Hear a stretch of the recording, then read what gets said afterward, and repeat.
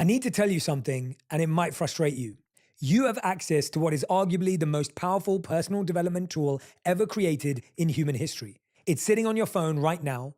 You probably used it this morning, and you're using it to write emails, fix grammar, and ask it what to make for dinner. That's like being handed a private jet and using it to store luggage. I'm talking about AI. AI. Everybody and their dog has used AI at this point. And why not? AI can seemingly do everything. It can do your homework for you.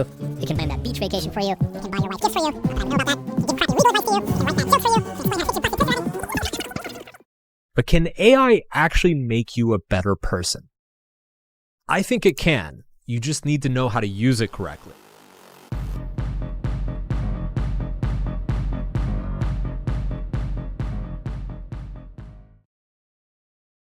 Across YouTube, countless tutorials promise to help us learn faster, organize our lives, build healthier habits, make better decisions, and become more productive, all with the help of AI. But have you ever wondered what the most popular AI self-optimization videos are actually telling us? Which tools and techniques do they recommend? Which parts of our lives are becoming targets for optimization? What roles is AI expected to play? And if AI is doing more of our thinking, planning, and remembering, what work is still left for us?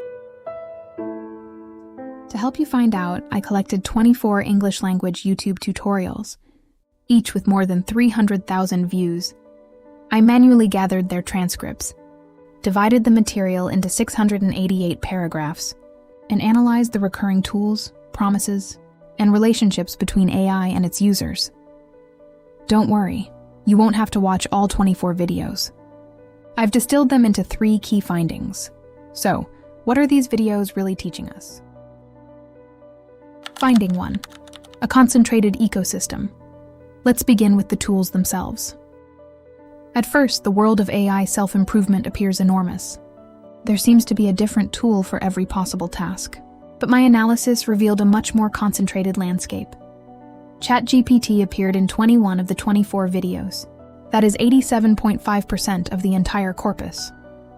Claude appeared in 41.7%, followed by Gemini at 33.3%. So, these videos appear to offer an endless world of personalized possibilities, but most of those possibilities are built around just a few commercial platforms. In other words, we are expected to become increasingly flexible, while the technological systems supporting that flexibility become increasingly concentrated.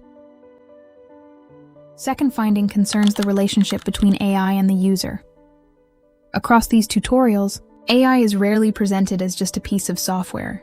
Instead, its role changes depending on which part of life is being optimized. In learning videos, AI becomes a tutor, professor, mentor, or accountability partner.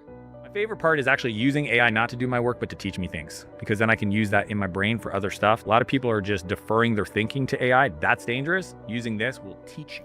In personal development videos, the relationship becomes more intimate. AI is described as an executive coach, a companion, a mirror that talks, or even an older version of yourself offering advice. The most powerful use of AI is not productivity, it's self-awareness. And self-awareness is the single skill that predicts success in relationships, career, health, and mental well-being more than IQ, more than talent, more than education, more than connections. In productivity videos, the language becomes more organizational. AI becomes an executive assistant, strategist, chief of staff, teammate, or even co-founder. But here is where things become complicated. These videos give AI increasingly powerful roles, while still insisting that it remains subordinate to the user. As a rule of thumb, we should never use tools just for the sake of using tools. We should only add them to our toolkit when they solve an actual problem we have. Formally, the human remains in charge because the human chooses the objective. But in practice, AI increasingly shapes how we remember, plan, evaluate, and act. It can do lead generation for you. It could book travel for you. It could do big research projects for you. It can literally do anything. When all of a sudden the button clicks are done by the computer, you just have to be the director. You don't have to be the doer anymore.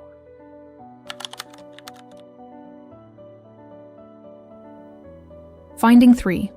Automation reorganizes labor. Automation does not simply eliminate human labor. Instead, it reorganizes that labor into 4 new responsibilities. The first is personalization. Users must explain their work, goals, habits, relationships, bodies, and even anxieties to AI. The second responsibility is system building. Users must upload documents, organize folders, connect applications, maintain AI memory, and design complete workflows. This is you, and this is the AI. And the whole idea behind this life coaching thing is that you are having a back and forth conversational dialogue with the AI, almost like how you would if you hired a life coach in real life. Now, everyone is of course familiar with the fact that you can type to all of these different AI tools like ChatGPT and Claude and Gemini and Grok and all the stuff. But beyond typing, there are different types of input that you can feed into the AI that can help it act as a better life coach. The third is supervision. Users must compare outputs, identify mistakes, verify sources, correct the model, and decide which recommendations can be trusted. And the fourth responsibility is execution. Even after AI creates a learning plan, exercise schedule, or personal development strategy, the user must still carry it out. They must practice the skill, complete the workout, track their progress, and maintain the habit.